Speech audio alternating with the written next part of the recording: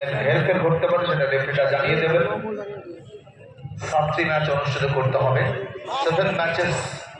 তার মধ্যে একটা ম্যাচ ইতিমধ্যে ওয়াক ওভার হয়েছে, এটা দ্বিতীয় ম্যাচ। এরপর আরো 5টি ম্যাচ। রেফারি 100টি বাঁশি বাজালেন। বলটা হাওয়া নাই, বলটা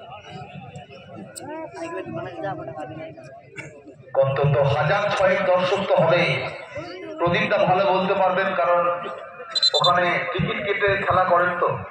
ও মাথা গুনতি বা কত রো হয়েছে সেসব দেখে বুঝতে পারেন। স্বল্প মূল্যে হলো কোলেনপুরের মাঠে টিকিট কেটে ফুটবল দেখার আগ্রহ সত্যি দৃষ্টি কাড়ে। বলতে বলতে এবার কিন্তু ওদিকে স্নেহাশিস বলটা নামিয়ে দিয়েছেন। এরিয়াল বল ছিল, তারপর নামিয়ে দিয়েছেন। ওদিক থেকে কিন্তু 4 নাম্বার রাজেশ, কি দেখে নেবো, রাজেশ সম্ভবত উইংয়ে খেলছে। রাজেশ রাইট ব্যাক হিসেবে খেলছেন। দুইজন ব্যাক খেলছেন, একজন ইমানুয়েল, একজন রাজেশ। লাল্টু বল চলে গেল ইমানুয়েলের কাছে। ইমানুয়েল বলটা দিয়েছে টুরেকে। তার সামনে দাঁড়িয়ে যেভাবে হেডটা করলেন এই বেসরা একাদশের এক বেসরা সরেন, বাপি সরেন, গোলকিপার টিঙ্কু মুর্মু কি করেন সেটা দেখা।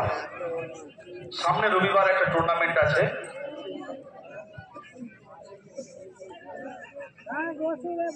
দুই চাঁদে রয়েছে আগামী রবিবার ওয়ানডে ফুটবল টুর্নামেন্ট।